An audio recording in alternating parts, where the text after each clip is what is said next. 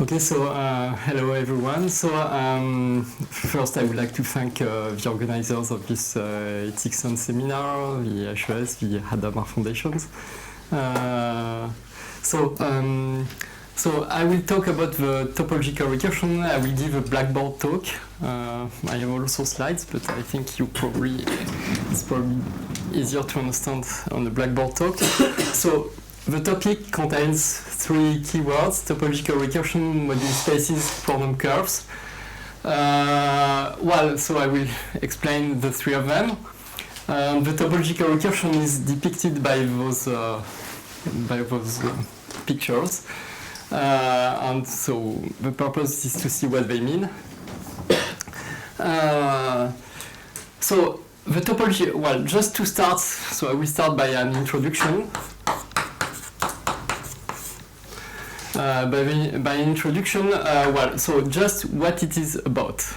So the topological recursion, I will write it TR, okay, is just, for the moment, just take it as a black box, which takes an input and gives an output. It's an algorithm which takes an input and gives an output. The input is a spectral curve, which I will explain in more details later, but for the moment I will just give a vague idea of what it is. First, it contains a Riemann surface, so I will take S, a spectral curve. It will contain a Riemann surface and other things. Well, I mean, a Riemann surface with some structure, which I will explain. And the output will be, the output will consist in what I will call invariants.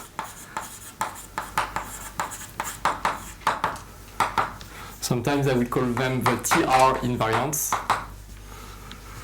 And they are, I will denote them WGN. Well, so they are WGN of S, and they are n-forms on sigma n. So it means they are differential forms. And in particular, there will be also WG0 of S, which almost everyone denotes in fact FG of S, which will be it would be a zero form, so it's just a complex number. And in fact, we could also work with other fields, and it would be just an element of a field. So out of that, so the basic invariants are the WGNs. We give a special name to the WG0s, which are the FGs. And out of them, we can also build other quantities. One is, it will be called the partition function.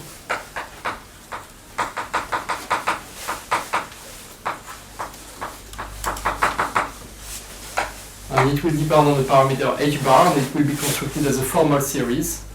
In fact, log of z h bar will be a formal series. It will be exponential sum over g of h bar to the 2g minus 2 fg of s.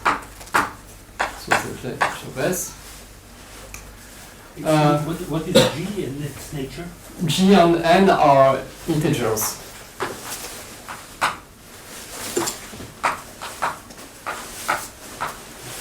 They are just, so it's a sequence of invariants. So WGN is an n form, so we have a sequence of n forms. WG0 is a zero form, it's a number, and there is a sequence indexed by G. It will be related to a genus for module spaces. Notion of a genus for module spaces. Well, so we define the partition function out of the, basically the FGs are just the coefficients in a formal series. In fact, the true partition function, somehow this is only the perturbative part of the partition function, and there will be another quantity which I will just write theta, and which will be related to a theta function defined from the Riemann surface sigma, but I will not explicit it now. And I will also define a wave function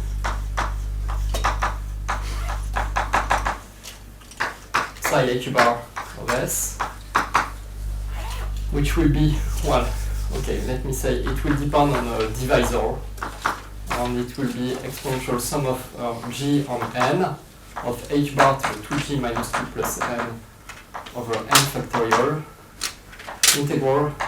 Well, since wgn is an n form, you can integrate it on n cycle, and it will just be n copies of the same integral. I will also explain that later. And there is also a theta term, which I will not explicit now. So basically, without the theta terms, it's when sigma has genus 0, you don't have theta terms, and when sigma has non-genus 0, you have extra terms. Okay. And so, why do that? Why do we want to consider that? So, why do we make those definitions? And why they are interesting? Well, they are interesting because they have many properties and many applications.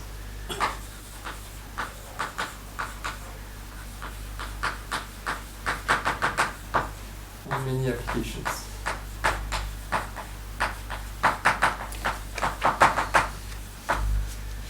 Well, the link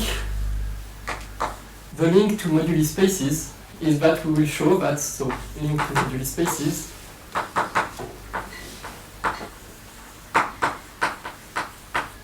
I will show you that for every spectral curve there exists a certain moduli space, which I will write mgn of s.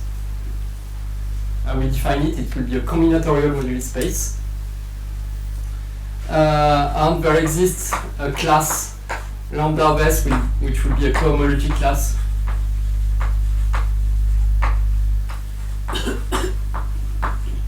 So such that wgn of s will be an integral over mgn of s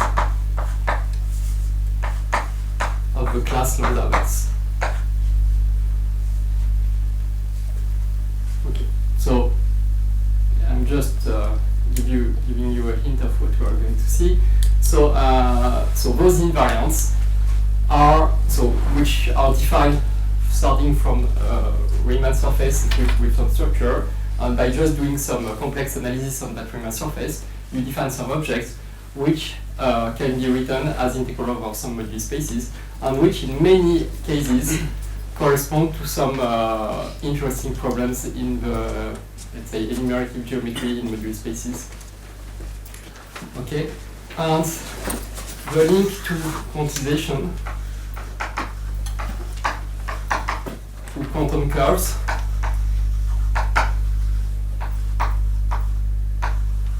Well, let's imagine that this Riemann surface was defined by some equation p of xy equals 0. So typically a polynomial, but not only polynomials. Sometimes it will be some analytical function. So basically it will be a curve embedded into C cross C or into another space, and it's given by such an equation. Then the link to quantum curve is that psi will be annihilated by an operator, is that psi h bar is annihilated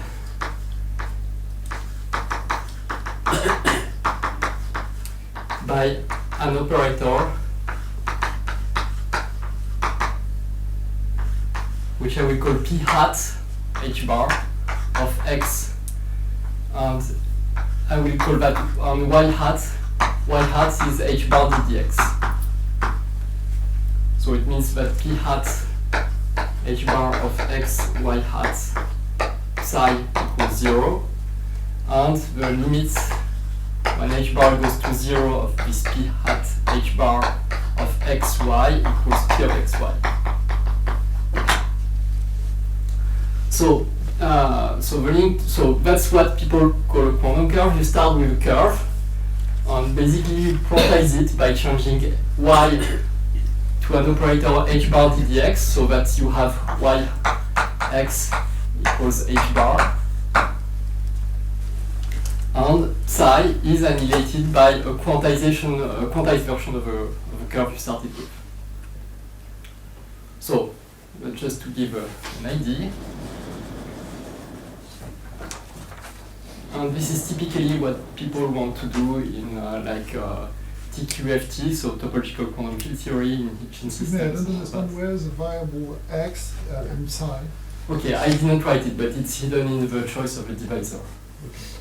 And, the series in the exponent, it's a formal series or It's formal series. it's not, it will not converge usually. Well, so far we have not really studied the Borel summability, but there is some hope that basically we know that WGN grows by 2g minus 2 plus n factorial. So there is good chances that it will be Borel summable, but for the moment we just define formal things, and when I say annihilated, I mean annihilated in the sense of formal series. So each term. So, it means that each term is killed by the operator. So, well, another interesting thing is that you will see that when we choose some nice spectral curves, so for instance in knot theory, if we choose the spectral curve to be the so-called A polynomial of a knot, this, for instance, this psi h bar is supposed to realize the Jones polynomials, the asymptotic expansion of Jones polynomials. This is a conjecture, this has never been proved, but we can check it to quite high orders in h bar and it works. So, my second part is the origin of that. It comes from random matrix theory.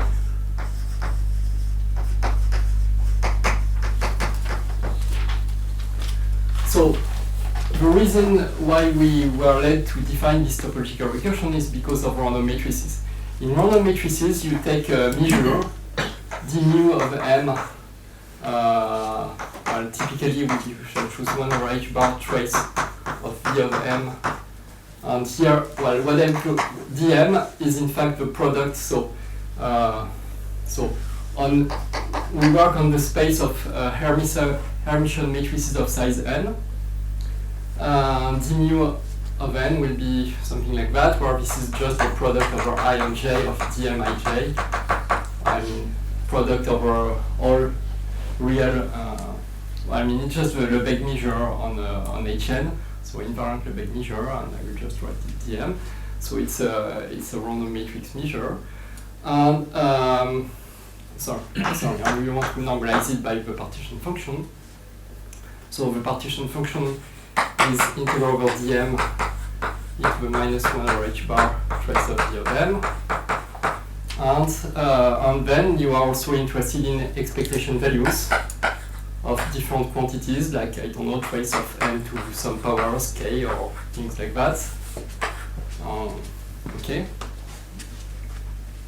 So we are interested in such objects. And the main question which was raised by people doing random matrices for many, many years is what happens when the matrix becomes large, so what happens in the large n limit. So in the large n, well, the large n behavior, and when I take large n, to have a good scaling, you also want h bar goes to 0, and such that, well, very often people write t equals h bar n is O of 1. Very often it's called the 't Hooft parameter.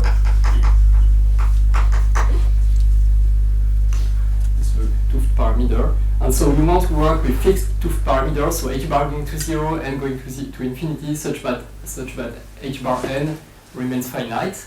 And what can you say? Well, it's expected that log z should start with 1 over h bar square times the coefficient, which we call f0. Well, this is quite general, but then under certain assumptions on the measure you have, so under certain assumptions on v, it turns out that there is a series expansion which is of that form, sum over, let's say, g equals 1 to infinity of h bar to 2g minus 2 fg.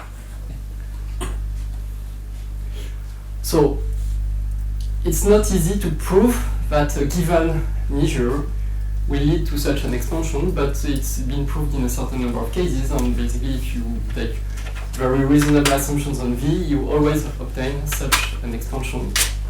But the question now is, assuming such an expansion, how do you compute Fg? So assuming that you have such an expansion, how can you compute Fg?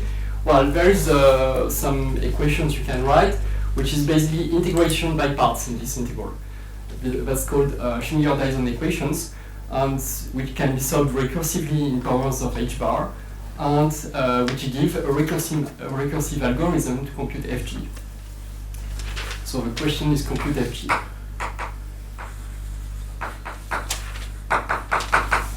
And in fact, you don't want to compute only Fg, you want to compute all sorts of expectation values.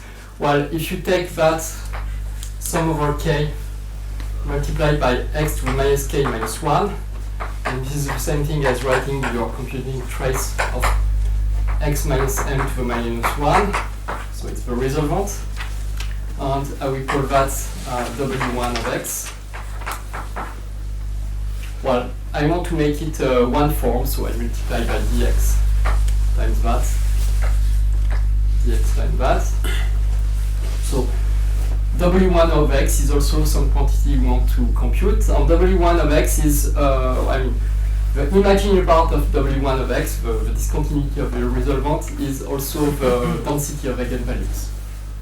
So it's the spectrum of the discontinuity of a resolvent is basically the density, the spectral density of a random matrix. So, so when you compute the spectral density, well, it has. How does it behave in the large n limit? Sorry. So in the large n limit, you will see that if you will start with 1 over h bar, and let me call that w01 of x, plus, and again there is a series expansion sum g equals 1 to infinity of h bar to 2g minus 1, wg1 of x. And people observe that each wg1, I mean each w, each of those terms, is an algebraic function of x. So the most famous thing is, so if you plot the density rho of x, so which is the, so let me write it, h bar rho of x, which is just the discontinuity. I mean, it's more or less the same thing as w1. Morally, it's the same thing. Well, to linear order, typically you get an algebraic function with a finite support. So typically, if you started with a Gaussian measure here, what you find is the semicircle, a quadratic curve. If you start with V, which is polynomial of higher degree, you find an algebraic curve of higher degree. Okay, but typically it's an algebraic curve. And then you start to compute the corrections, so somehow you want to compute the correction powers by powers in h bar. And when you have this full series, in fact, there could also be some exponential terms, typically minus h bar a. Well, let me write that this way. So which corresponds to typically exponential tails and oscillations. Excuse me? To h minus h bar inverse. Sorry, yes, h bar inverse, of course. Yeah, 1 over h bar. So typically you can do that, and these quantities will contain the non-algebraic part, so exponential tails and fast oscillations, like that. Okay, and in general, you could also define Wn of x1, xn to be the expectation value of a product of trace of xi minus m to minus 1 equals 1 to n. You take the cumulant and multiply by product of dxi's to make it an n form, a symmetric n form. So it's really a tensor product. And again, you want to compute that Wn of x1, xn. We would like to write it as sum from g equals 0 to infinity of h bar to 2g minus 2 plus n, wgn of x1, xn, plus non-perturbative part. So here also you have a non-perturbative part.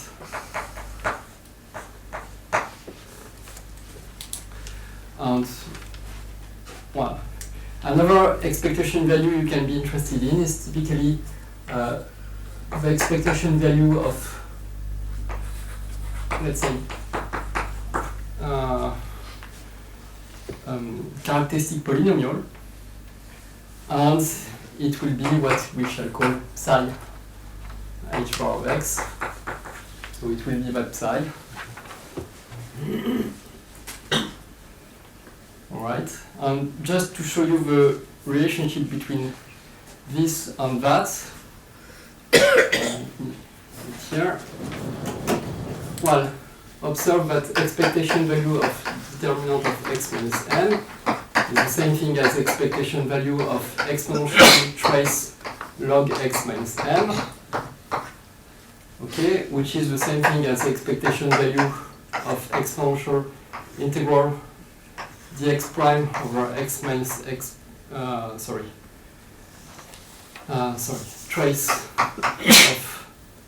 of, dx prime up to x prime, and let's say from infinity of trace of 1 over x prime minus n. Well, so we put dx prime here. Okay. Like records. Up to x, right? And if you think about what the cumulant means, the cumulant means exactly that this is exponential sum over n of, what you should do is expand the exponential into sum of 1 over k factorial, and you will have k terms like that, so a certain number of them.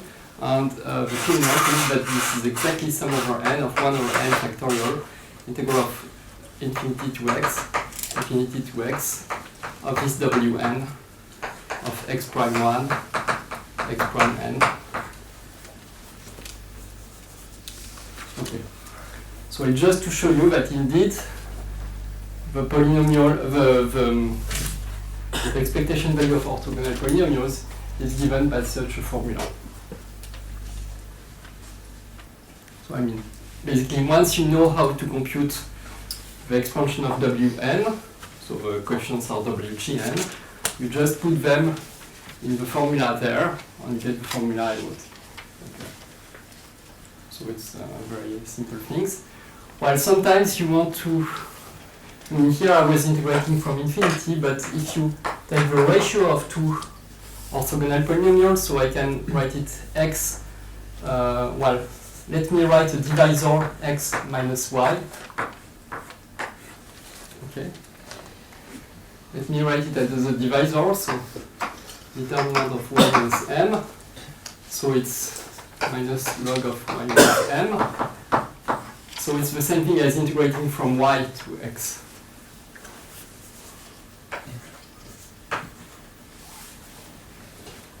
So it's just the same thing. And that's what I would call a divisor. Okay. Integrating on a divisor. Okay, so now let me go to the third part.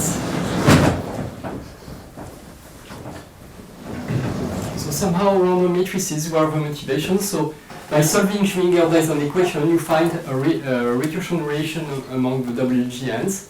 You find a recursion relation among the WGNs, and back recursion relation is universal. It does not depend on which measure you started with. It does not depend on which type of random matrix you started with. It's totally universal, and the only data that it needs is to know the W01. So that's basically all the data which you need. It's that curve which is there. So there is a universal recursion.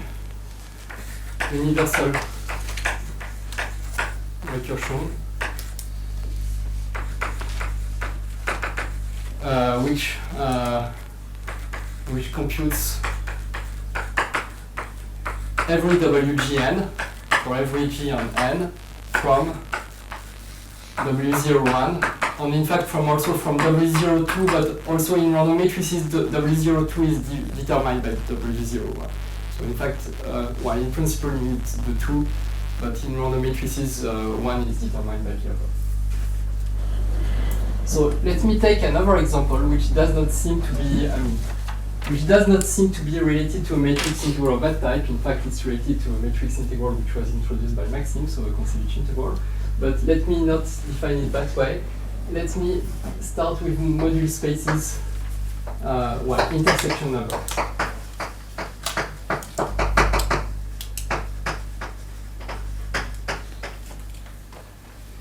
So intersection numbers, so let's first consider MGN, which is the moduli space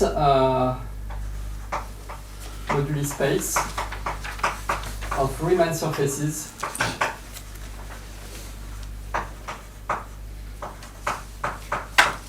with n of genus G with n marked points.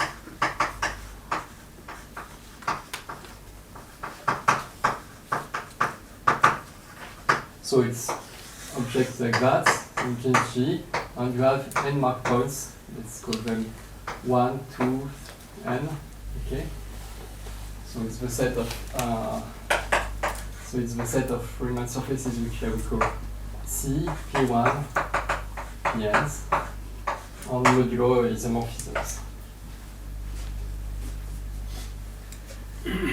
Well, this space is not compact because when, for instance, when a cycle when you take a family of such curves, a cycle can get pinched in the limit and it's no more smooth Riemann surface. So we define the compactified moduli space of Riemann surfaces, but now you shall allow also nodal stable. Nodal means that it can be a Riemann surface made of several pieces like that, connected by a nodal point. You can have also things like that. Okay. And stability means that every component must have a Euler characteristic strictly negative. So for instance here it's a sphere with two nodal points, so it's not stable. The Euler characteristic is 0. So we need to take a third nodal point, for instance, or have some genus, or this one is stable. Right? And on that space we can define the cotangent line bundle. So Li is the cotangent line bundle, or cotangent bundle at mark points at Pi, at the I mark points. So it means it's a bundle over MGN bar whose fiber is the cotangent space of C. So whose fiber, so the fiber is T star C at point Pi. Right? Such a cotangent bundle, for such a cotangent bundle, you can define the Chern class, which we shall note psi I equals the Chern class of Li. So I will not explain how to compute the Chern class, but it is a two-form in MGN bar. So it's a two-form MGN bar. And that means that you can compute integrals over MGN bar of psi 1 to the power d1, psi n to the power dn, something like that.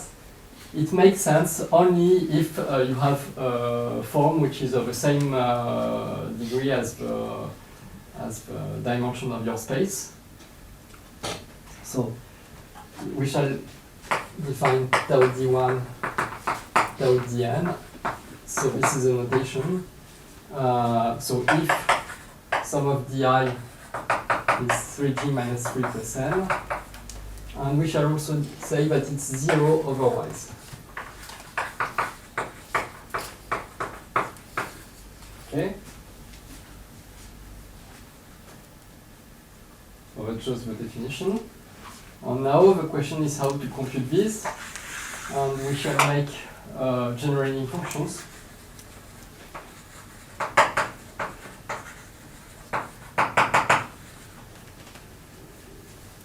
So the Witten conjecture said that if you put those numbers together to form a certain generating function, that generating function will give a KdV tau function. It satisfies the KdV hierarchy. This was proved by Maxime. But here we shall use something else. We shall use another way of writing a generating function for that, which is not directly the tau function of a KdV, but something else. So let me define Wgn of Z1, Zn, to be the sum over Z1, Zn. Let me put a 2 to the 2 minus 2g minus n in front. Product from I equals 1 to n of 2di plus 1 double factorial over zi to the 2di plus 2. I will make them differential form, so I multiply by dzi, and here, those numbers, tau d1, tau dn, g. Okay, in fact, let me do something, sum over tk tau k plus 1, g. Let me add some extra parameters, so it will be, there will be some redundancy, and then Wgn will be will also depend on the times t. So that's a generating function which I designed for those numbers. Just one remark here. I denote the index g for the genus. I don't write the index n because n is just the number of tau factors. So when I write this notation, this means that you should, in fact, do the Taylor expansion of the exponential. Right?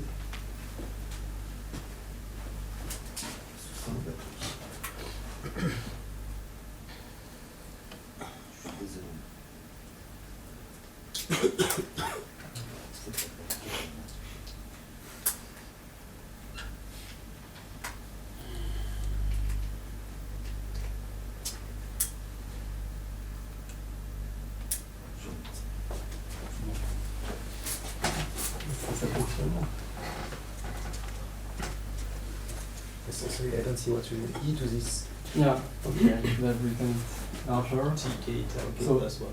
8 k larger than 1, so tk, yes, tk tau k plus 1.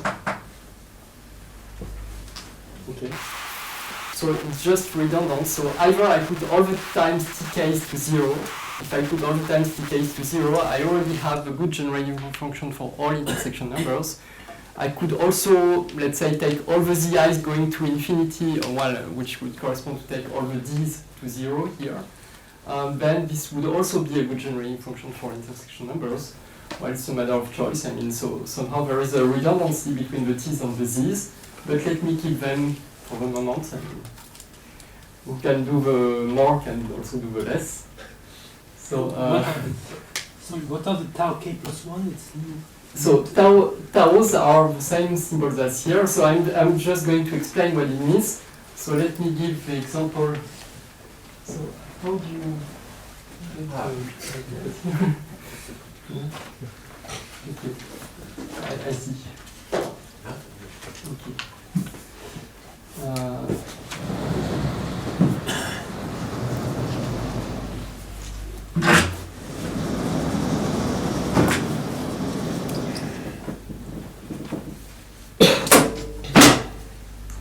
So,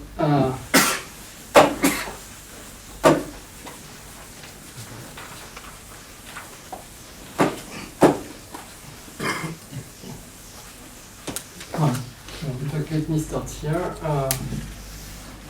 start here. I just explain what that means. So for instance, let's do the example of W11. It depends on a unique variable Z1 and the family of times.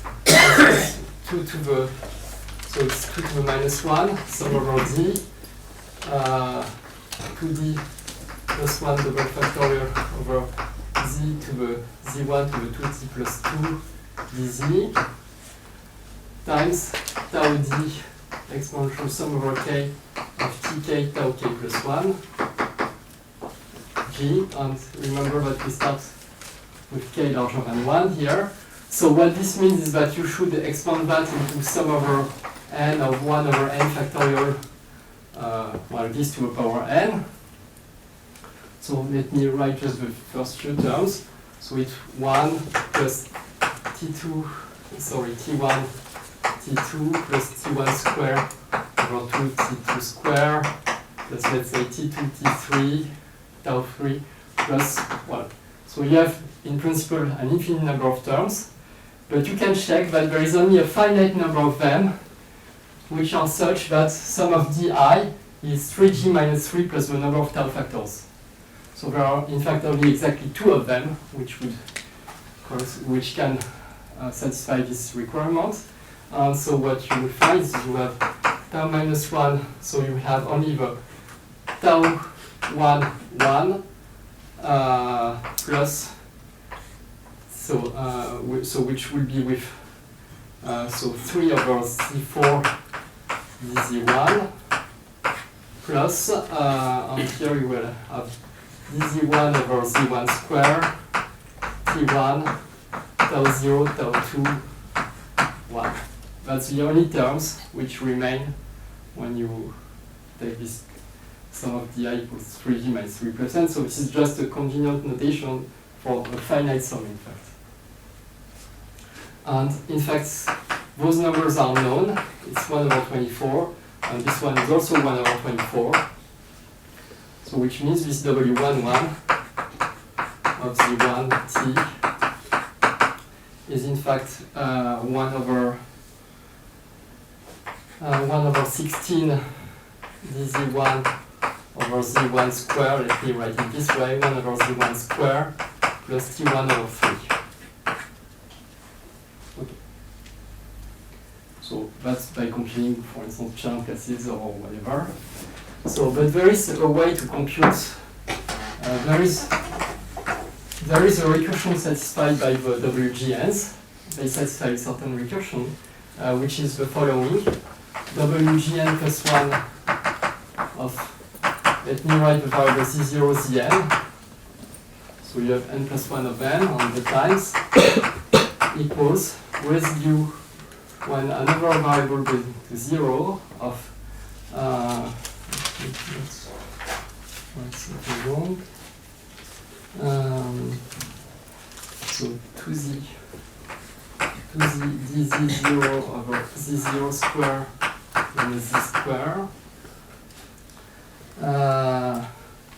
Let me write that 1 over y of z minus y of minus z. I will write a minute what it is.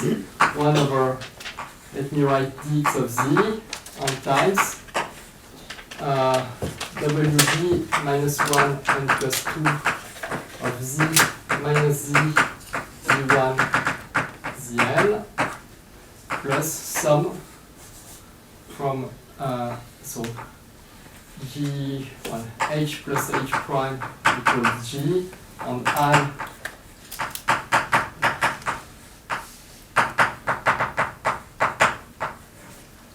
of product wh1 plus cardinal I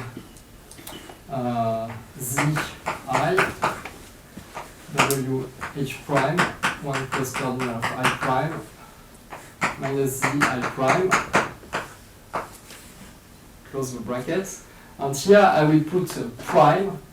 The prime here means that you should exclude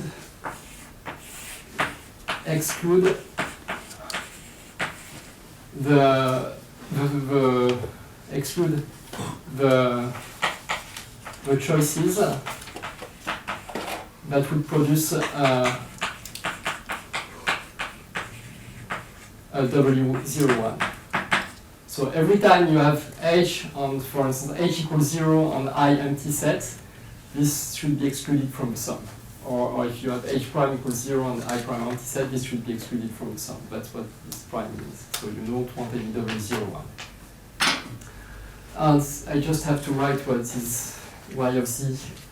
So y of z is minus z plus 1/2 sum over k equals 1 to infinity tk 2 to the k over 2k plus 1 double factorial. So it's the product of odd numbers, double factorial, z to the 2k plus plus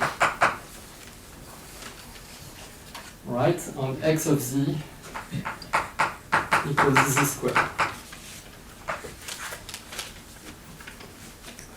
So, so there is something which probably you find strange. There is a dx in the denominator.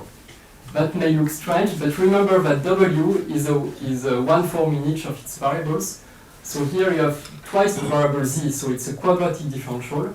Divided by dx, it becomes a one form. So it makes sense to compute the residue of a one form. So it's a quadratic differential divided by one form. It's okay. I mean, that's what you need, in fact.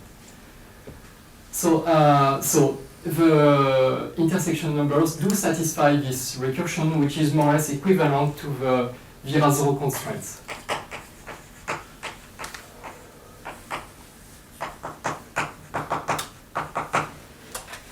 And, well, there are many ways to prove that. One is using the Kontsevich integral. One is using the decomposition into Strebel graphs, which Maxime used also, and just do combinatorics on the Strebel graph. It's like doing cutting edges on, well, basically you can prove this recursion just by combinatorics.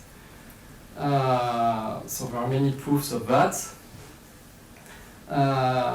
And so they do obey that recursion, and this is a special case of the topological recursion. You see it takes the same structure as I was displayed here. Let me do an explicit example just to show that this is really, I mean, this is really computable. Well, just another remark. This recursion does indeed compute everything, just starting from W. Oh, sorry, I forgot to write W02. W02 of Z1, Z2 is dZ1, dZ2 over Z1 minus Z2 to the square. Okay, so yes, because in this recursion, the value of 2g minus 2 plus n is always strictly lower in the right-hand side than in the left-hand side. So it's decreasing, and eventually you always arrive at W02 in 2g minus 2 plus n steps. So it really computes things. Let me give you the example of W11 of Z1, of Z0 with my notation. It's residue when z goes to 0 of 2z is 0 over z0 square minus z square. 1 over, well here, let me replace that by minus 2z 1 minus t1 over 3 z square plus blah. I'm going to write the rest. And here in that bracket, well, you can check that this prime, in fact, excludes all possibilities for that term, and the only term which remains is this one. Since you have g equals 1 and n equals 0, that corresponds to W02 of z and minus z. Okay. Which is, oh sorry, and I forgot the 1 over d. 1 over dx is 2z dz. Dx, and W02 will be just dz times minus dz over 4z square. Okay. You put all the powers of 2 in front. You also put the 1 over z0 square in front. That's 1 over 16 z0 square times residue when z goes to 0 of dz over z cube. So it will be 1 minus z square over z0 square to minus 1, and 1 minus t1 over 3 z square to minus 1, plus all the other times to minus 1. But that residue is very easy to compute, and it is 1 over 16 z0 square. I forgot there was a dz0 also in front, in factor. And I must have forgotten a factor of 2 somewhere. So if I find the 1 over n, yes, I have forgotten 1 over 2 in 4, sorry. 1 over 16 z0 square, and what you find is indeed, so this is 0, so 1 over z0 square plus t1 over 3, which coincides with that. So just to show that you can really do computation by hand, this recursion is extremely easy to use. It's a very simple example of a topological recursion, and it gives the correct answer, of course. So, I'll probably stop very soon. I just want to write what is psi for that case.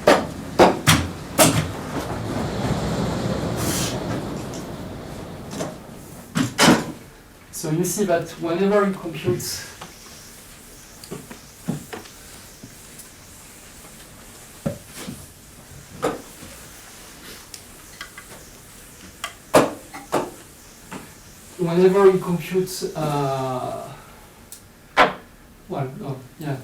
well, it's easy to see that every WGN will be a rational function of its variables.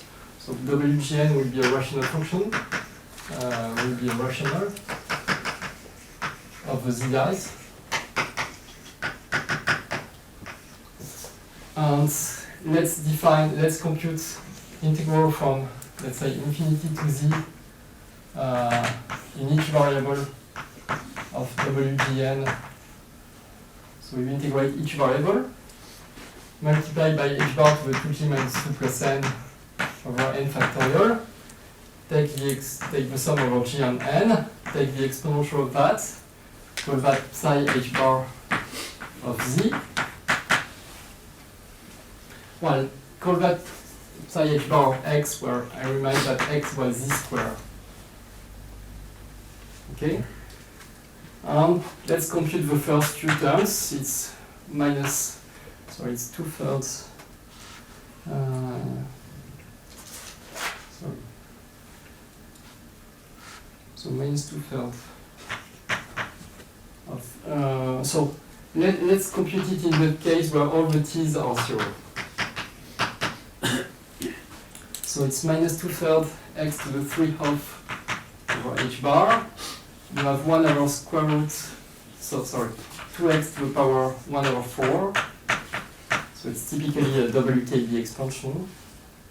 And then you have expansion minus 5h bar over 48 x to the 3/2 plus blah blah blah. I mean 5 over 64, 5h bar square over 48 x cubed plus. Okay, you can compute this expansion by hand. Isn't it x after the z? Sorry? In the middle term. So where is the x in the middle term? Here, Oh, here. that's z. You integrate up to z, and then you replace z by square root of x. Oh, So that's why you have half integer powers of x here, Sorry. because they are in fact a rational function of z. So you see, well, so now let's compute h bar squared d psi over d2 psi over dx squared. Well, and 1 over psi. When you do that, you could expect to get a formal power series in h bar. You can expect to get a formal power series in h bar, and each term should be a negative powers of x, should contain possibly negative powers of x. But so you can compute by hand. The first term you find x, and the second term, which would contain h bar, you find 0. The h bar square you find 0. Well, so in fact the answer is just x. And that's the full answer. And you can prove it from the recursion. No way. So, Times psi. sorry? Yeah, I put 1 outside before, so now I will Okay. explain that. So it means it satisfies a second order differential equation, which is so it just means that it's the Airy function. So psi of x is just Airy of h bar to the minus 2/3 x. Is that this way? Or plus 2/3? Well, Okay, it's the function, and it also there is another way to write that is introduce again y hat equals h bar dtx. What we have found is that y hat square minus x psi equals 0. And remember what I wrote x and y upstairs. So when all the times are 0, you have y equals z and x equals z square. And you can check that y square minus x equals 0. So you see, that's the curve we started with to run the recursion. And we end up with a quantized version of the curve annihilating psi, which in this case is very function. I can just say what happens when you put, well, when you put, let's say, t1 now different from 0. If you put t1 different from 0, you can define the same psi. Here you will have an extra term which will be t1 times probably something with power minus t1 over 5, minus t1 over 5. Sorry, let me put the 1 over h bar here, 2/3 5 half. Okay, and here, I mean, you can compute all the terms here, and then psi will be annihilated by an operator which will be slightly more complicated. It will no longer be the array function. So here, in the h bar term, you will have something. Well, you will have something depending on t1, which I'm not going to write, but you can compute all terms like that. You just integrate the WGNs.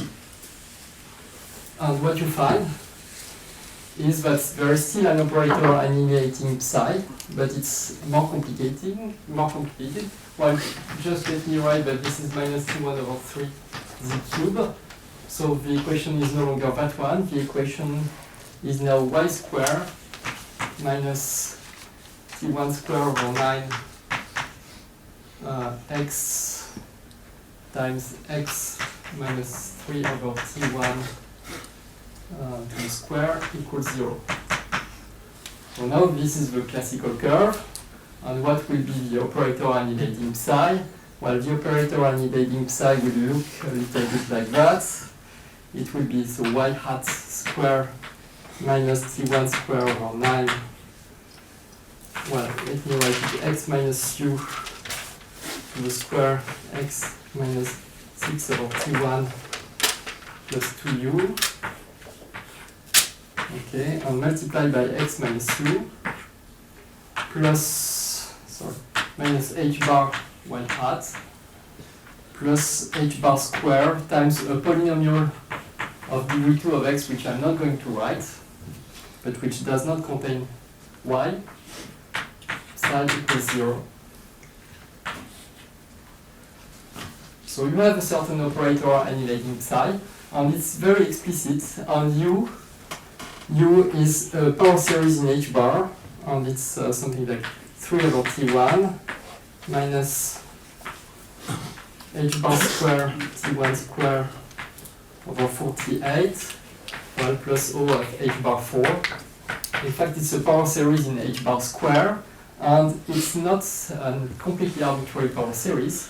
It is a solution to a Palovay-1 equation. So let me write it this way: minus 6 over t1 plus 3 times 3 h bar over 2t1 to the power 2 over 5 v of s, where with s is just a reparameterization of h bar, 4 h bar to the minus 4 over 5, 2t1 over 3 over minus 6 over 5, and then this v satisfies the Palovay-1 equation, so v square minus 2v seconds equals s.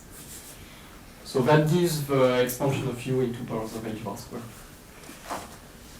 And so you see that, well, there is an operator annihilating psi, and when you take the h bar going to 0 limit, this term and that term disappear, so you get a curve which is factorized, it's just a factor. And if you replace to the leading order u by 3 over t1, if you replace u by 3 over t1, this just becomes x times x minus 3 over t1 to the square. So indeed, the h bar going to zero limit of that curve, of that quantum curve, and this contains that one as a factor. So it will be very similar to what happens in knot theory. We will start from a classical curve, which is in fact just a factor into the quantum curve. So I will, oh no, okay, just to finish. So in that case, psi is not the Airy function, is not such a simple function, it's more complicated, but it is related to this Parevet-1 equation. So this is the Parevet-1 equation. This is related to the Parevet-1 equation, and it corresponds to saying that z, the partition function on psi, are deeply connected to the Parevet-1, to a nonlinear equation related to Parevet-1, and which is a reduction of the KdV hierarchy, and in fact it's related to a KdV, to the fact that the full partition function with all the times is the KdV tau function. So okay, let's make a break now maybe. So should I start again? So now I'm going to give the definition of the topological recursion, because so far I was just writing an example. So the definition, so it's my part number 4. Yes, 4. So I will start by defining what I call spectral curve.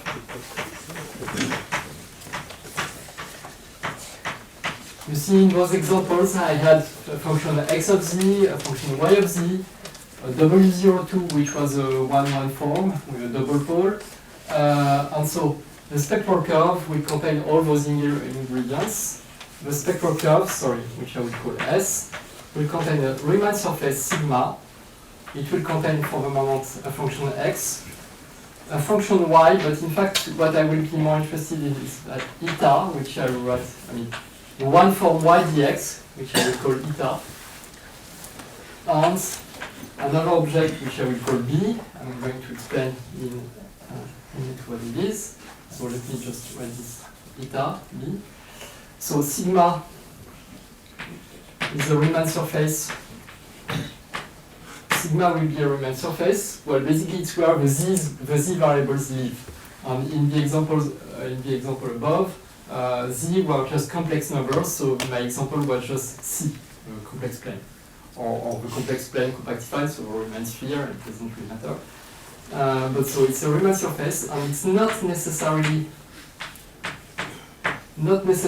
connected or compact. So I don't care whether it's compact, connected, not. So typically, it can be a collection of disks. So it can typically be a collection of disks. It can have boundaries. It can have boundaries. It can be also, an actual nice, smooth, compact Riemann surface. Okay? But it can be more or less anything you want. And it has mark points? Yes, it will have mark points which shall be the zeros of dx. So x will be a map from sigma. Well, for the moment, let's say it's a map from sigma to C, but in fact later it will also be a map sigma to another Riemann surface, which I will call the base. So it's a map from sigma to a base, which I will call sigma 0, which could also have some genus, possibly. And again, it need not be compact, or it can also be a collection of disks, doesn't matter. And such that it's analytical, so holomorphic map.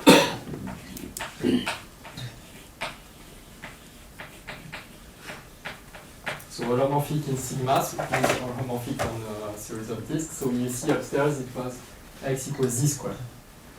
And locally, the zeros of dx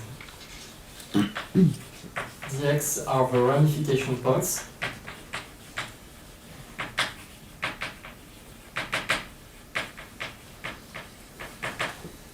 So let's call R, which is A1, AM, the ramification points. And so indeed they are special points, A1, for instance, A2, A3, and so on. And locally near A, X is not analytically invertible because the X vanishes, so it means that X is not, well, X is not 1 to 1, it's typically 2 to 1 or 3 to 1 or whatever. So X is typically, so in the vicinity of each AI, X is not 1 to 1, but it's typically 2 to 1. I mean, for generic ramification points, X is typically 2 to 1, or it can be RA to 1. Well, RA is the degree of the ramification point. So Number they of place- points is finite, yeah. Sorry? Number of ramification points is finite. Yes, we take a number of ramification points which is finite. We have an extension where it can be, where we can integrate over a set. Whatever we take. But for the moment, let's take finite. Yes. What guarantees that? Sorry?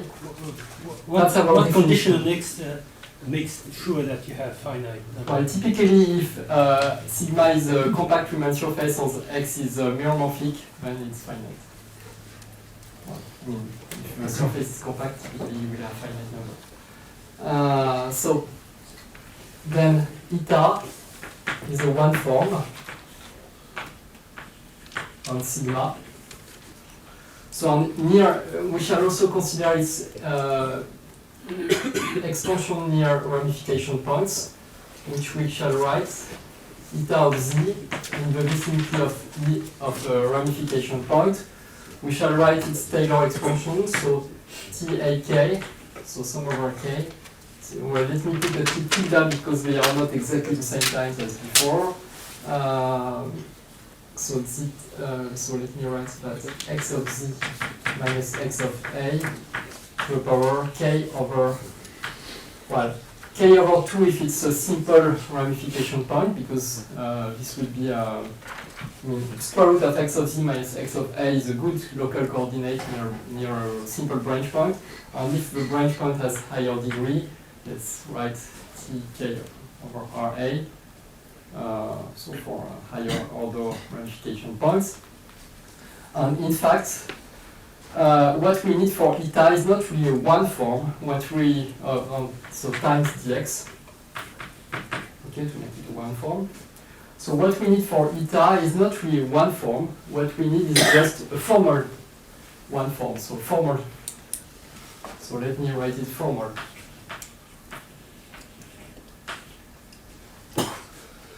And eta is what very often we shall write y dx. When x, for instance, leaves when x, the base for x is the complex plane, then y is by definition eta over dx. But I mean, in a good local, I mean, if you take a choice of local coordinates, you can also always define y this way. So what you need is only formal series, because what we are going to do is only computing residues. So we have no need of, I mean, a residue will just pick a finite number of terms in the Taylor expansion. So you don't care about convergence. And then the last ingredient. Sorry, but Sorry. Why? I mean, why that? That means that you want to really this form to live on the base. No, eta lives on the curve upstairs. But only in formal neighborhoods of Yes, ramification yes. points. So in fact, yeah. So eta lives on formal neighborhoods of ramification points. But so there's no connection, you don't impose connection between eta near A1 and eta No. near A2? No, Okay, you completely don't, there's no independent. analytic continuation? no. That's why I say it's a collection of disks and not necessarily connected. I mean, you will have more properties when they are all on the same, let's say, compact Riemann surface. You will have more properties, but everything will be well defined if there is no connection at all. So on B of Z1, Z2 will be B will be a 1-1 form on sigma square. Well, so with a double pole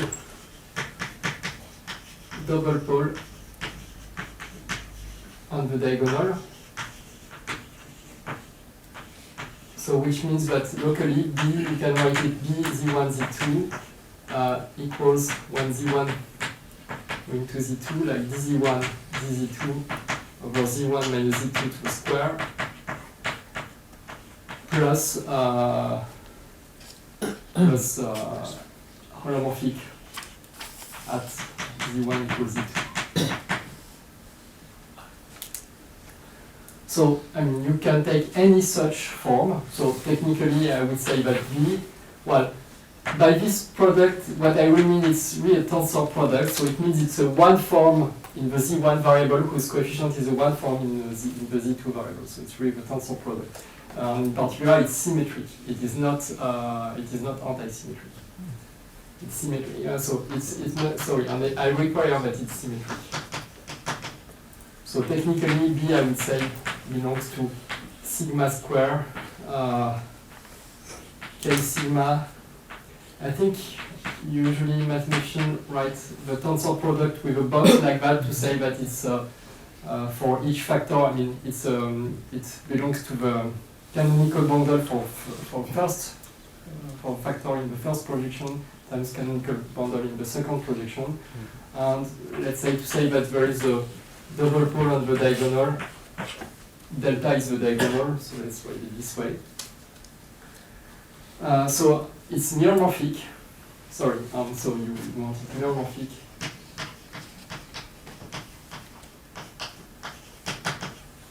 Sorry, holomorphic. No, yes, neuromorphic because there is a double pole. Alright, and no other pole. Alright, so there is not a unique choice of such a B. But when you have a compact Riemann surface, there is a more or less canonical choice of such a B, which is built from the head kernel on the Riemann surface, so from the green function. So there is one more or less canonical.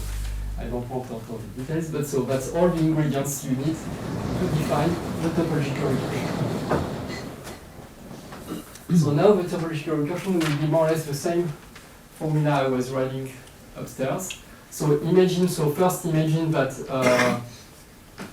so for two definition of TR. So let's first assume that all branch points are simple branch points, simple ramification points. So it means that X is locally 2 to 1 near each A, which means that, so if you want, when you have, let me write this way, so X lives on sigma 0, and the curve sigma is somewhere like that. So instead of writing surfaces and in C cross C, I just write curves in R cross R. And near a ramification point, if you take Z near a ramification point, which project to X of Z, there is another point here, which I will write sigma A of Z, which is just the point on the other branch. It's not necessarily defined globally, it's defined only in a small vicinity of A. And you see that if you analytically continue Z to the other branch point, sigma A will not analytically continue to the other.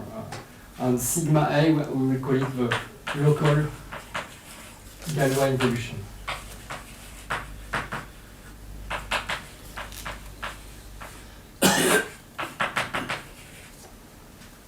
So in fact, the local Galois group for such, so it means that the local Galois group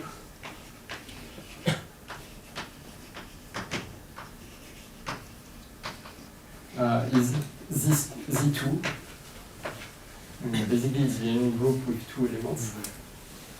But for higher order ramification points, you can have higher order Galois groups. In fact, the formula for arbitrary ramification points involves local Galois groups. So, but let me start with the simple case. So we shall define W01 will be eta by definition, W02 will be B by definition, and WGN plus 1 of Z0 Zn will be sum over A all ramification points. Residue when Z goes to A of a kernel which I will write KZ, KA Z0 Z of WGN plus N minus 1 N plus 2 of Z sigma A of Z Z1 Zn plus, well, it's more or less the same formula as above. H plus H prime equals G, I prime equals Z1 Zn, some prime, so I want no W01 factor, WH1 plus I of Z I, WH prime of 1 plus I prime, sigma I of Z I prime. Okay, it just remains to write what is Ka. Ka of Z0 Z prime Z is 1/2 of integral from sigma I of Z to Z of W02 of Z0. So the variable I integrate technically Z prime. So you integrate in the vicinity of A. So you integrate in a graph which lies in the vicinity of A, and divide it by W01 of Z minus W01 of sigma I of Z. Yeah, so sigma I is such that X sigma I equals X.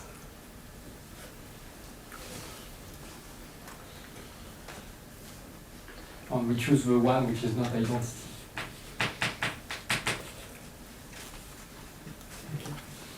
So that's the definition. Now there is something a little bit strange in that definition, so you can check that this definition will define at each step one form, one form in each variable. So in fact WGN belongs to H0 of sigma n to the product of n of k sigma. And in fact, there is, well, you see that Z0 appears only there, and it appears nowhere else. Whereas Z1, Zns appear there in a symmetric way, but so Z0 seems to play a totally different role. You can prove by recursion that what you get is always symmetric in all the variables. So it is proved just by recursion. It's not totally, well, it's not so difficult. But it's not obvious from the definition, but it has the property that it's always symmetric.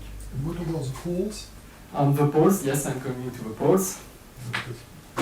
Yeah, so the poles. So if 2g minus 2 plus n is strictly positive, the poles are only at R, at ramification points. So there is no pole in particular when two of the zi's coincide or things like that. There is no poles on the diagonals, except for W02, which has a pole on the diagonal by definition. On W01 also it may have poles elsewhere. W01, as I said, can be a formal series. It even can be totally with essential singularities, totally horrible. And there is no residue. All residues vanish. So the singularities of W01 do not No. translate into Well, you see, because of that prime, there is no W01. And the W01 appears only in the denominator, but you use it only to compute residues, so it means you compute only, you need each time you always need only a finite number of terms in the expansion. So then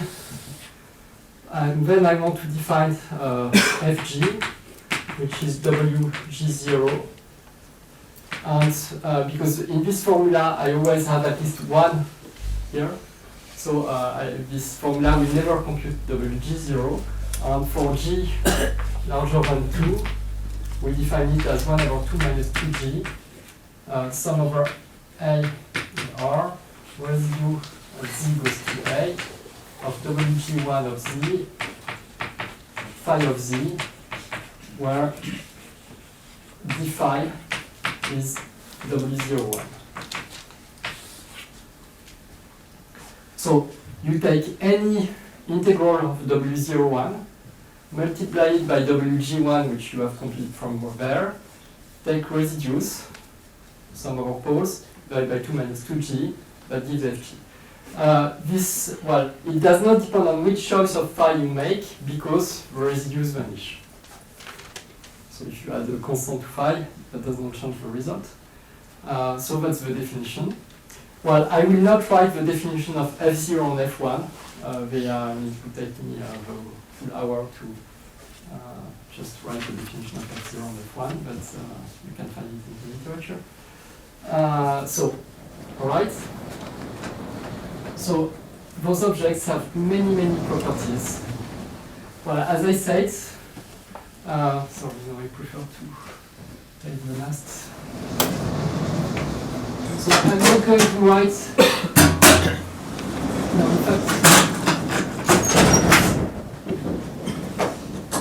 in fact, yeah.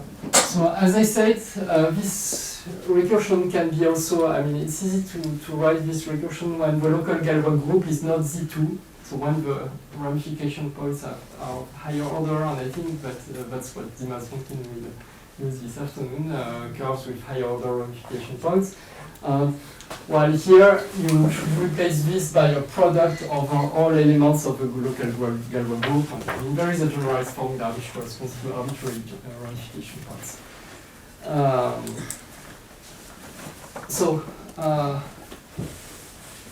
Let me enumerate some properties and then show how it's related to moduli spaces.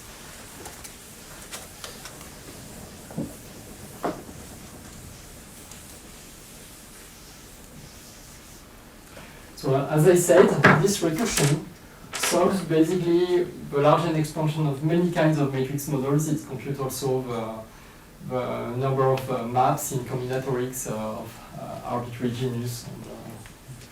It computes many things. It's related to Gromov-Witten invariance, to knot theory, to many things. So, but let me go to some properties.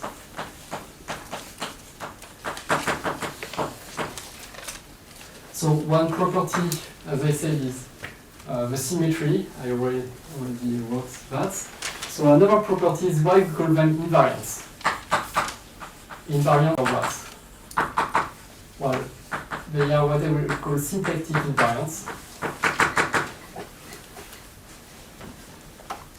Symplectic invariants, by that I mean that when you take the curve x, y, so your curve xy is something like that. You have a projection x.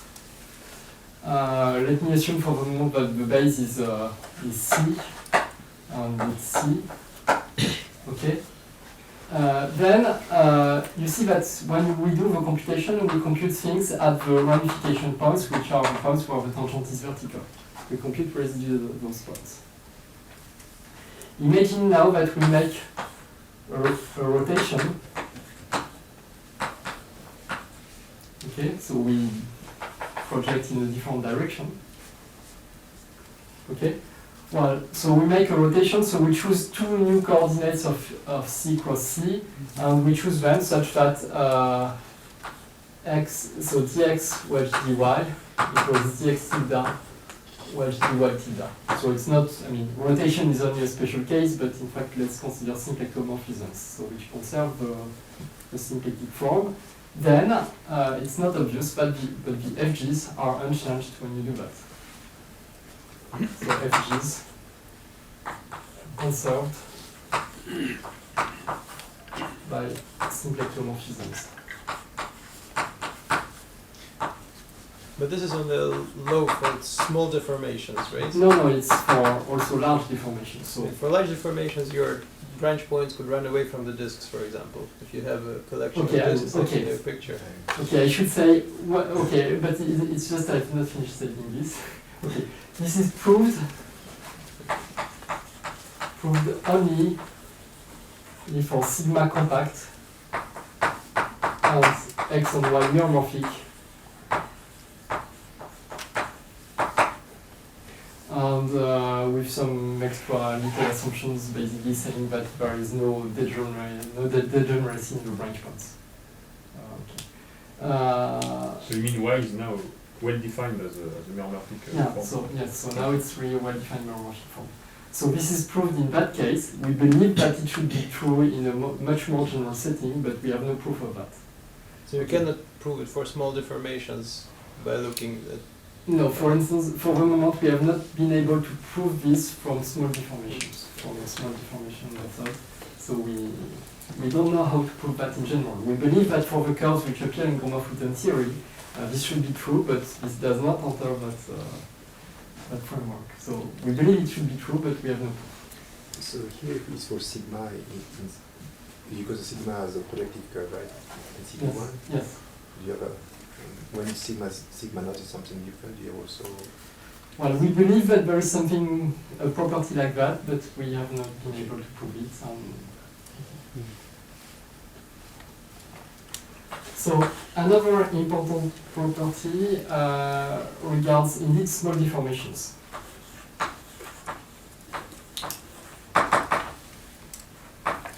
So if you have a family of spectral curves,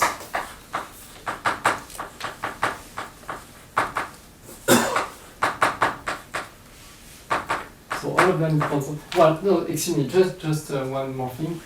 In the case where the curve, when the base curve is not the complex plane, the correct way of looking at spectral curve is saying that you have, so you have your base curve, you have a projection sigma, you have your base curve, and the eta, so the curve is not really x on y, it's really x on eta. And eta lives in the cotangent bundle of sigma 0. So you have, the curve now is embedded, well, immersed, let's say, into the cotangent bundle of sigma 0. That's really what we consider to be a spectral curve, and x is that map. And here you have the canonical projection. And typically you can choose eta to be the pullback by I of the topological form in T star 0, sigma 0. There is a symplectic structure on that space. And what we mean by symplectic invariance should be the symplectic invariance under symplectic transformation in T star sigma 0. But again, that's not proved for fully general case. So basically that's proved when sigma 0 has gene 0. But What does it mean? So you should, you don't change beta? sorry, Okay. No, you don't change B. B, don't change B. B is yes. Okay. B is not related to a projection. So now let me consider something else. It's small deformations. So you have a curve like that. So you have a curve at time t, and you have another curve at time t prime. But it's really, I mean, you change everything. You change the functions x, eta, b, but you also change the complex structure of the curve itself. And you really change everything. So, question, you would like to compute d over dt of the things. Well, you would like to compute d over dt of WGN. Well, let's start by defining, let's start saying that w dt of any function, well, in order to be able to define d over dt, since the variables will live in different spaces, on different curves, you have to explain what you mean by that. So when you have a point z here, on the point z prime, on the point z on the curve t prime, what you should do is push it to the base, then pull it back the other curve. So base is not changing. Yes, base is not changing. Yes, base fixed. Yeah. So what you mean by that is the limit when epsilon goes to 0 of 1 over epsilon f, let's say t plus epsilon, sorry, so it's x t minus 1 x t plus epsilon, the pullback of f t plus epsilon, minus ft. Basically, it's something like that. If I'm not, okay, I hope I didn't write it wrong. But well, that's the idea. To compare two things, you put it back on the initial curve. So now compute the form omega t, which is dt of eta. You can compute it, and it's a one form on sigma. It's typically a meromorphic one form on sigma, and it is dual to a cycle. But I'm not using the Poincaré duality. I'm going to use another duality which is based on the B. And the duality which I will use is I will require that omega t. Let me call that omega star t. Omega t, and the duality is, well, the pairing is given by B, and you can write it as it's bt is a one form in each variable, so you integrate one of the variables on the cycle and you get a one form.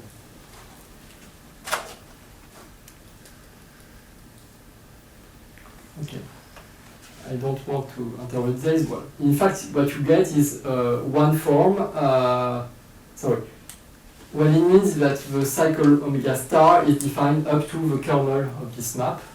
But a good thing is that the omega GNs vanish exactly on the kernel. So then, the theorem of deformations is that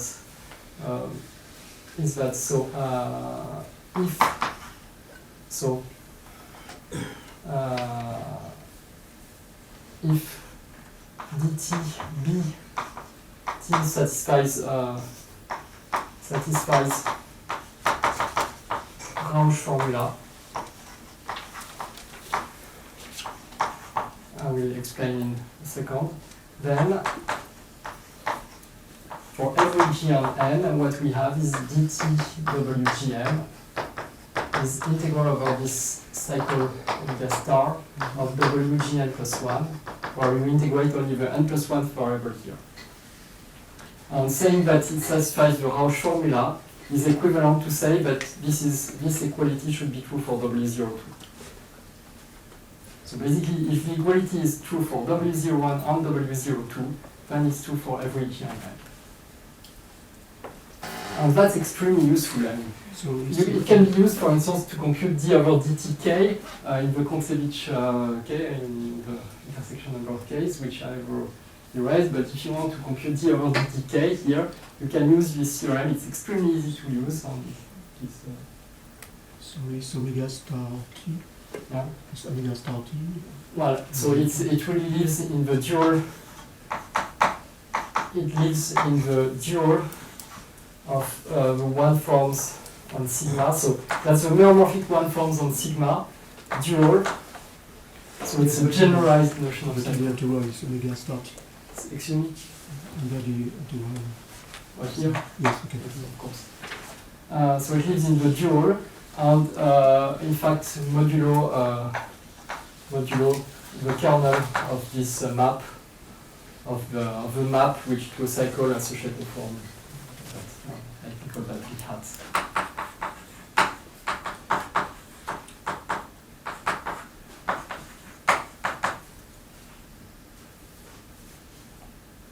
But this quantity goes to a quotient. Okay, I don't want to enter details of that, but it's just that it is in fact a way of generalizing the Seiberg-Witten equation. So, for instance, if you apply that to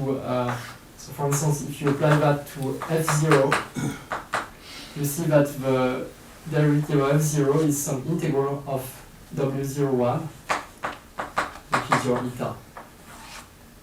Well, basically, this is Seiberg-Witten equations.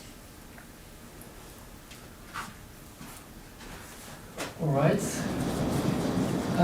So now the property I want to concentrate on is related to the moduli spaces. That will be in the end.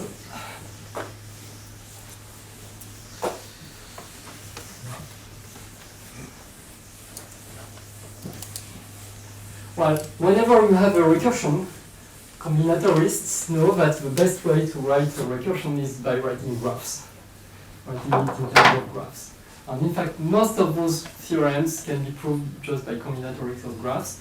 And in fact, by also saying what it means that computing a residue means you take all your functions, you expand them into power series, pick some coefficients, and that's very well encoded by combinatorics. And using combinatorics, you can arrive to the link to moduli spaces.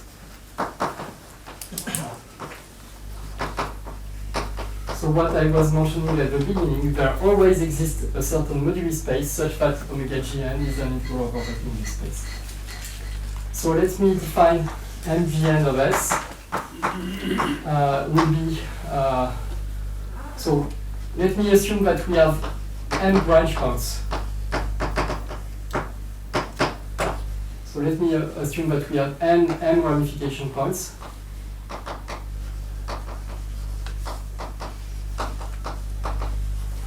So our moduli space will be a set of Riemann surfaces with mark points, P1, sorry, that's P1, Pn, and with, we call it a color, let me call it S. So, well, it will be, I mean, well, morally, this is more or less the Gromov-Fulton theory of a graph, of a complete graph with m points. So, what I mean by that is a space of nodal Riemann surfaces with, well, the edges, I will write them as just spheres with 2 points. I mean, that's the localization graphs which you find in Gromov-Fulton theory.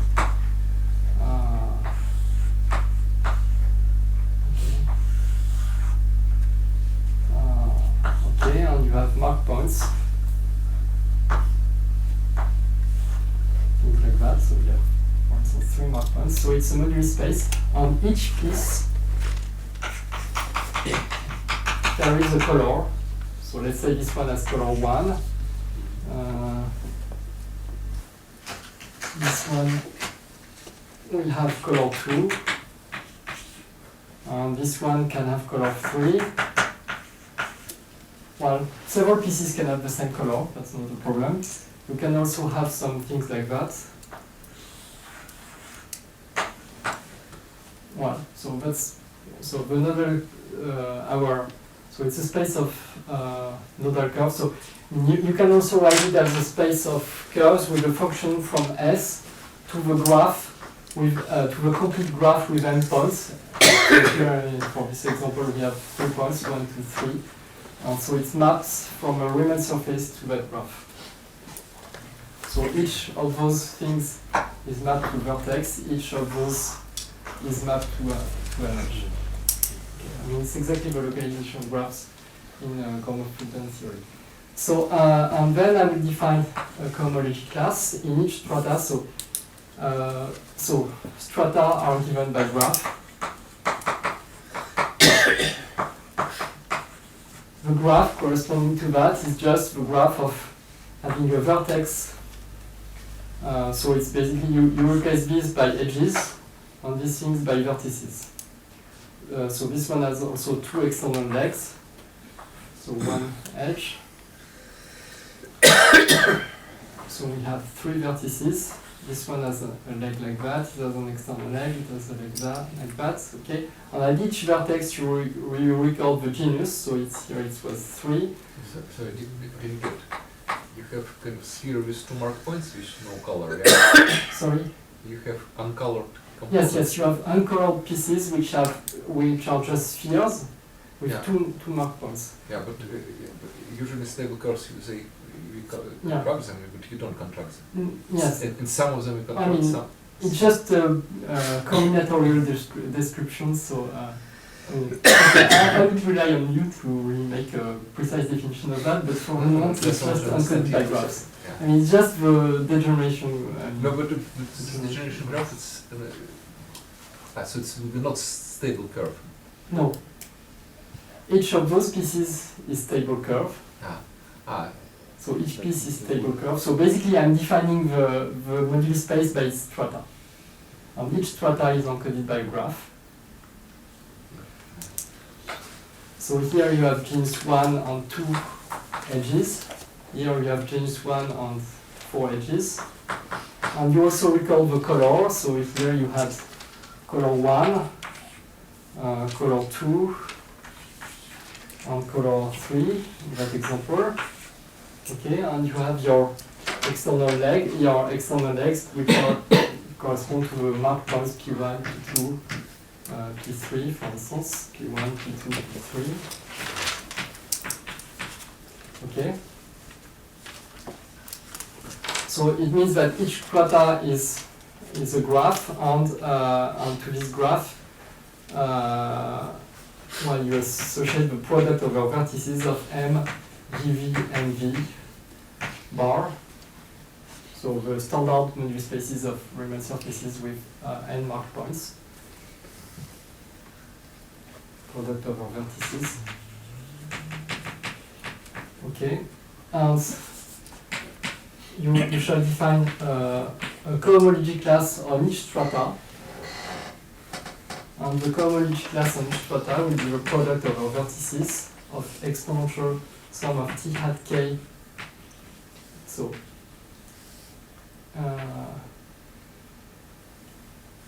k. Let me write it this way: tau k plus 1 times product over edges of so an edge is a pair of vertices Vv prime, and exponential 1 over 2 sum over k and L B at AK AV k A V prime L psi to the k psi prime to the L. Let me write it this way. Okay. And well, the push forward of the tau classes, of the Chern classes, which we defined before, under forgetful maps, are also called kappa classes. So in fact, up to a small change of the times, we can write it kappa classes like that.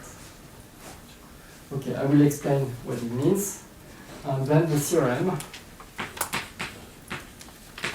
is that WGN of Z1, Zn, and that's really now for every spectral curve,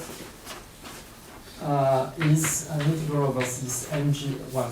There is 2 to the 3g minus 3 plus n, sum over d1 dn, integral over mg, this mgn of s, this lambda of s, times product from I equals 1 to n psi to di, and times product from I equals 1 to n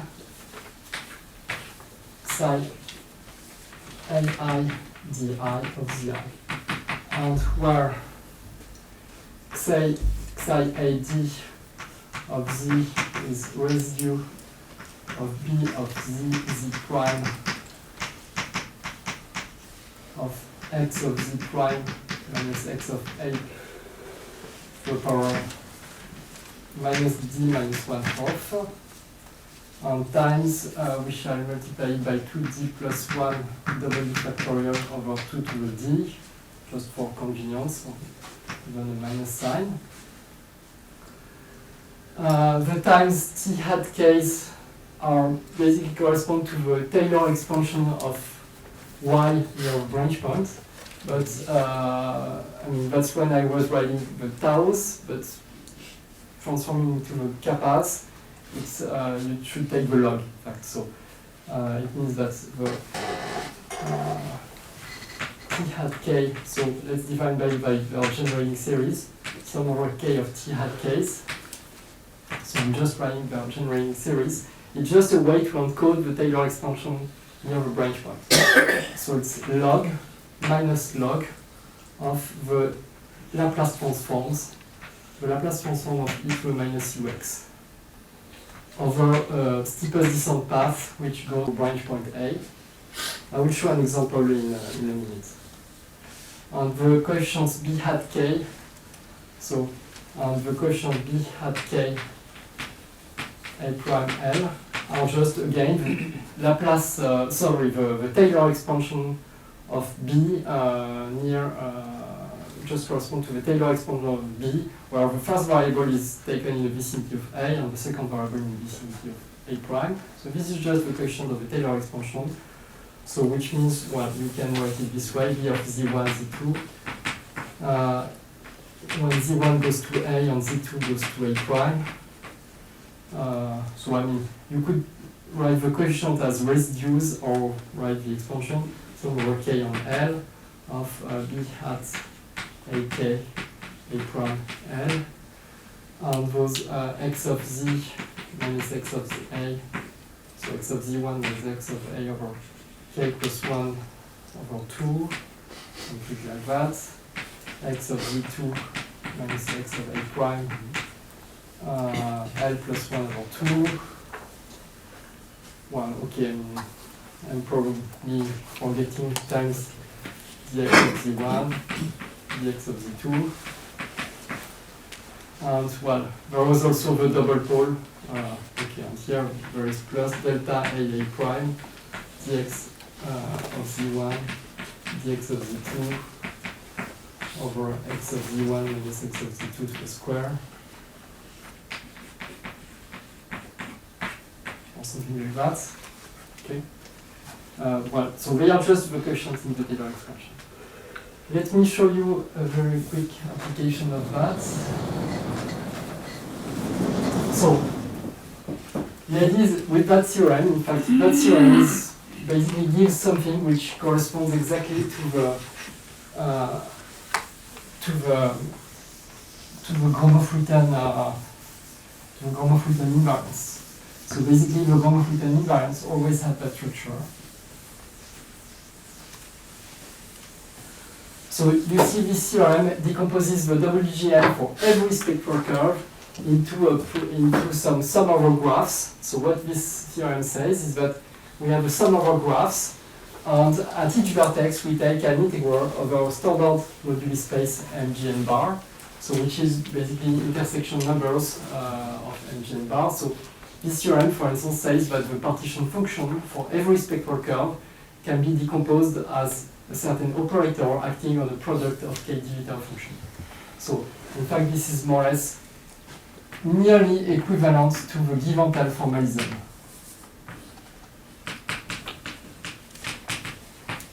So this was proved by Dean Martin, Orentin, Shadring, and Spitz in 2013.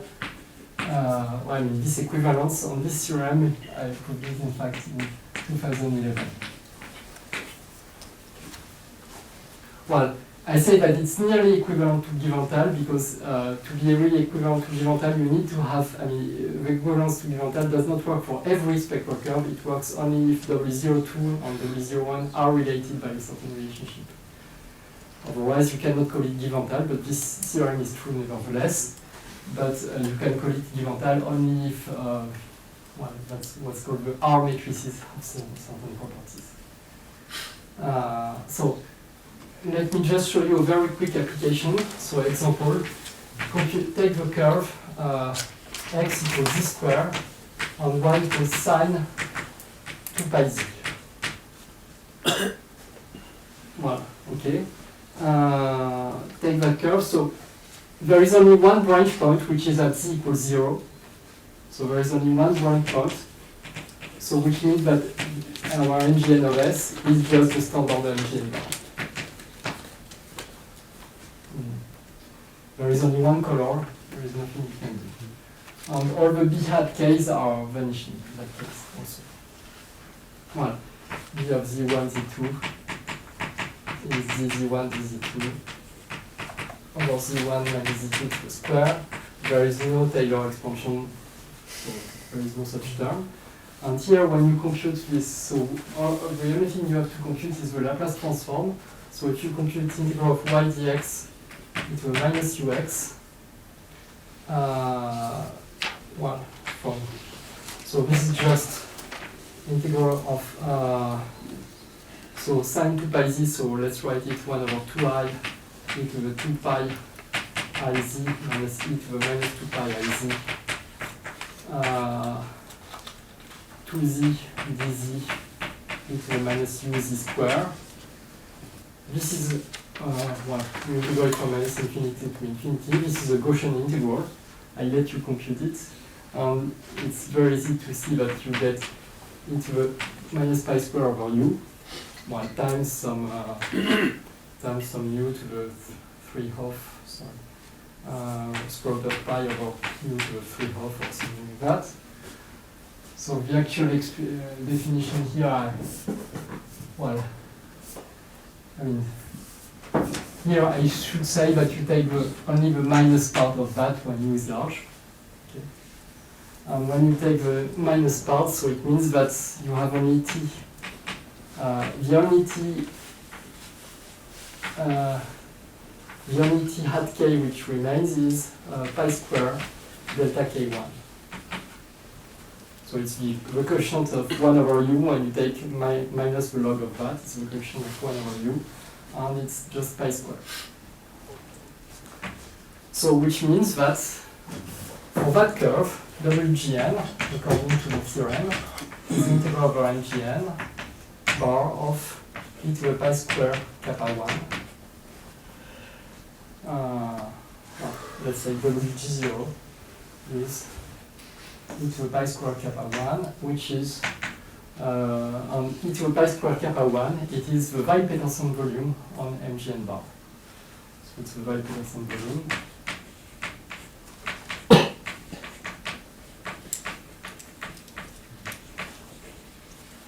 So, okay, I'm going fast, I know, but what we have proved here is that if you start with that curve, so the topological recursion of that curve gives the Weil-Petersson volumes. And the topological recursion of that curve is exactly what's called the Mirzahanis relation for the Weil-Petersson volumes. So we have, so just as a way to say that this theorem, a very easy corollary of that theorem, is that the Weil-Petersson volumes do obey Mirzahanis recursion. And so we have proved, basically what we have proved is Mirzahanis recursion using the theorem. So this is WG0 or WGN? Well, okay, I mean, if you want to write WGN, you need to put the sum over with psi I di, okay. I mean, it's just, my time is over now, so I didn't want to write it for WGN, but indeed, Mirzahanis relation is for WGN, and you get the correct answer. So basically, what it implies is that Weil-Petersson volumes obey Mirzahanis. So that's a corollary of that theorem when you choose that curve. Well, you could choose any other curve, and so another corollary is you can take X toric Calabi-Yau threefold, take the spectral curve to be the mirror of X, and the mirror of X, so let's call it X hat, is the mirror curve of X.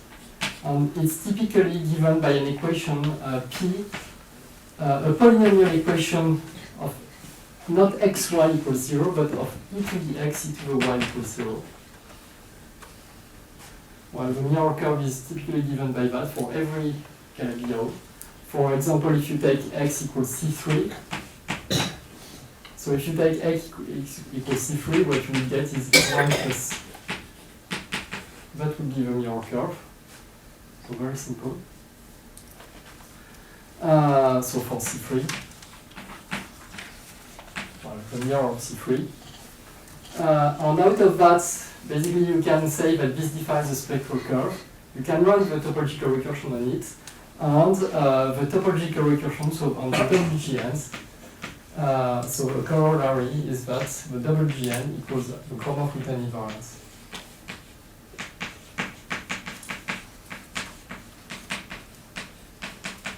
Of X.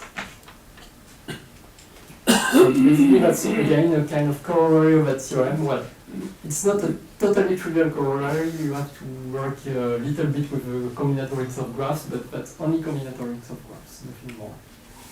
So I would like to thank you for your attention.